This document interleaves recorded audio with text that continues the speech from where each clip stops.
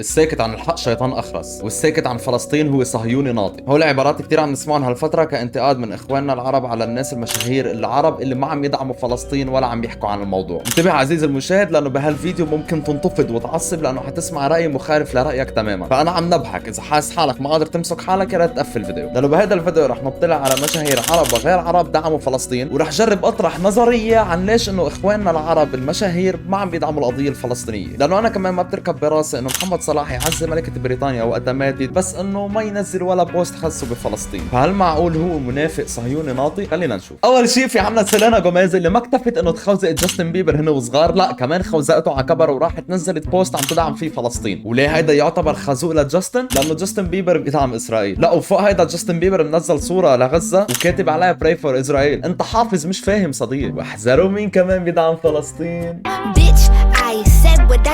صح، دعاء ليفا يلي اكلت هجوم مش طبيعي من الغرب من بعد ما حكت عن الظلم اللي عم تتوجه له اسرائيل لاهالي غزه وفلسطين. وهلا عنا محبوبه الملايين يلي بلاي بوي فسخوا عقدهم معها من بعد ما نشرت فيديو كامل عم تنشر فيه عرض الاسرائيليه وعم تحكي انه الفلسطينيين الاحق بالارض. ميا خليفه النني محمد النني لاعب فوتبول مصري بيلعب لفريق ارسنال، نزل بوست على انستغرام ب 2021 عم يدعم فيه اهالي فلسطين من بعد حادثه الشيخ جراح. بصراحه هالبوست جدا جميل. والله يا نني شكلهم رح يعطوك لقب فخر العرب، اما محمد صلاح رح يقعدوه على جنب هالفتره. ومع خينا النني بينضم ابو تريكه كمان لاعب الفوتبول المصري، من بعد ما سجل هدف بالسودان بكاس افريقيا راح رافع كنسته مكتوب تحتها تعاطفا مع غزه. هيدا فخر العرب بارت 2. يلا كمان خلي صلاح ينبسط، خليك عم تنافس على البالون دور يا صلاح، بطل يعجبك لقب فخر العرب ما هيك؟ بطلنا معبيين عينك نحن. هلا تعوا معي لفسركم ونجرب شوي نفهم ليش المشاهير مثل محمد صلاح وغيره ما بيدعموا فلسطين. وانا بدي اشكر الكابتن محمود الدره اللي فتح لي عيوني على هذا الموضوع وخلاني عن جد افهم شو الموقف اللي محطوطين هن فيه. كان عم يحكي محمود الدره باخر فيديو له انه هو وقت صارت الحادثه ب 7 اكتوبر لما حماس هجمت على الاسرائيليه كان هو بمستشفى يهوديه. ليش فات على مستشفى يهوديه؟ لانه الزلمه عايش بكندا وهونيك اغلبها يعني يهود، واحسن مستشفيات عندهم بالمنطقه هي المستشفى اليهوديه. فكان قاعد هو بالمستشفى وحالته تعبانه كثير، قام فات لعنده الحكيم وهو واقف الحكيم عم بيعالجه وعم بظبط له اموره، بيوصل نوتيفيكيشن للحكيم انه صاير هيدي الحادثه تعيد حماس. فبيطلع فيه للدره وبيقول له انه ليك شوف شو صاير. فبيقول له الدره انه ايه وهيك بيقطعها على خير يعني. وهون في 3 اشياء بعد كثير مهمين بدي احكيهم فركزوا معي كثير منيح. خلينا نعتبر انه انا راجل عربي بدعم القضيه الفلسطينيه، بس للاسف صارت علي الظروف انه بلادي منا ناهضه بحالها، فاضطريت اني اروح اتغرب واعيش عند الغرب. اذا انا اليوم قاعد عند الغرب عم باكل من اكلهم واشرب من ميتهم واتحكم بحكمتهم وعايش ببلادهم وشغلي كلياته مبني ببلادهم ومعتمد على اقتصادهم، هل انا رح روح وخاطر بهيدا كلياته واطلع سب اليهود والعنهم ووقف مع القضيه الفلسطينيه على العلن واخسر كل شيء انا عندي اياه واخسر مستقبل اولادي ومستقبل مرتي ومستقبلي الي؟ يعني اكيد محمد صلاح وهول البقايا واقفين مع القضيه الفلسطينيه بس هن مكتومين مجبورين انه يخرسوا لانه ما قادرين يطلعوا ويعبروا. انا باكد لكم محمد صلاح او غيره لو بيقدر يلبط الباب بوجه الغرب ويجي لعنا ما بقول لا. ما هو اصلا لو اقتصادنا نحن كعرب ناهض ما كان بيروح لعند الغرب، ما بيلجأ له. وهلا اهم نقطه بدي احكيها لليوم ويا ريت تستوعب علي شوي. خلينا نقول انت شخص عربي عايش ببلاد الغرب ورؤسائك واصحاب العمل تاعولك او حتى عملك انت معتمد على اهل الغرب، وانحطيت قدام موقف من موقفين. يا اما بتطلع على السوشيال ميديا وبتقول ايه انا بدعم فلسطين وساعتها بهجروك من بلادهم وبقولوا لك يلا رجع على بلدك يا كلب، ما لك لا مصاري ولا العيش اللي كنت عايشها ولا مستقبل حيكون مأمن لك واولادك حتى مش مأمنين لهم المستقبل. انت هيك بتكون فت القضيه الفلسطينيه؟ لا والله. بينما الخيار الثاني اللي هو انت تضلك ساكت عن الموضوع وتضلك عم تشتغل بالبلد اللي انت فيها وسادد نياعك، ما طالع على السوشيال ميديا وعم تقول انه انت بتدعم فلسطين، ورحت من معاشك كل شهر شلت حصه معينه لنقول وخصصتها لتدعم اهالي فلسطين. فكركم باي حاله رح يكون هالشخص عن جد عم يدعم فلسطين؟ انا رح اترككم انتم تحكموا. بس محمود الدره حكي نقطه كثير مهمه اللي هي انه هو هلا لو نزل بوست على السوشيال ميديا عم يحكي فيه عن فلسطين وهو بيدعم القضيه الفلسطينيه، اذا بالاخر كندا فرضت عليه عقوبات او قفلت له شغله او عملت له مشكله، هل العرب رح يجوا يقولوا له تعال يا دره نحن بنأمن لك مستقبل اولادك؟ الزلمه كان عم بقول انا عندي اولاد بدي ربيهم بدي كبرهم بدي احطهم بمدارس بدي اشوف لهم مستقبلهم، اني اجي نزل هيك بوست وحط انا شغلي كلياته بخطر ومصدر رزق كلياته بخطر، رح يشكل تهديد مش علي انا، حيشكل تهديد على اولادي. لكن الدره عمل شغله كتير حلوه بصراحه اللي هو رغم انه ما طلع وقال علنا انه انا مع فلسطين الا انه موقفه كان كتير واضح انه هو بيدعم القضيه الفلسطينيه. بس بذات الوقت هيك مواقف هي المواقف يلي بتبين فيها شهامه الانسان. بالنهايه الشهامه ما بتبين من دون تضحيه، الشهامه والتضحيه هن شغلتين مربوطين ببعض، انه يكون عندك مبادئ وانك تضحي كرمال مبادئك، فالشهامه ما بتكمل بدون تضحيه. فلما تشوف شخص مثل ميا خليفه لنقول ضحت بكل الكونترايات اللي عندها اياها مع الشركات كرمال بس تطلع بفيديو واحد تحكي فيه عن القضيه الفلسطينيه الفلسطينيه وانه هي بتدعمها، رغم انه هيدي البنت كانت اخت السكه شمال، الا انه الفعل اللي عملته عن جد فعل شهم. طبعا انا مش عم بقول انه فلسطين ما بتستاهل انه الواحد يخسر شغله كرمالها، لا، فلسطين بتستاهل انه الواحد يخسر حياته كرمالها، بدليل انه في عنا ناس فدائيين عم بيروحوا يخلوا روحهم تروح فدى الله وفدى الوطن، وباخرة النهار هول الناس اللي حيحرروا فلسطين.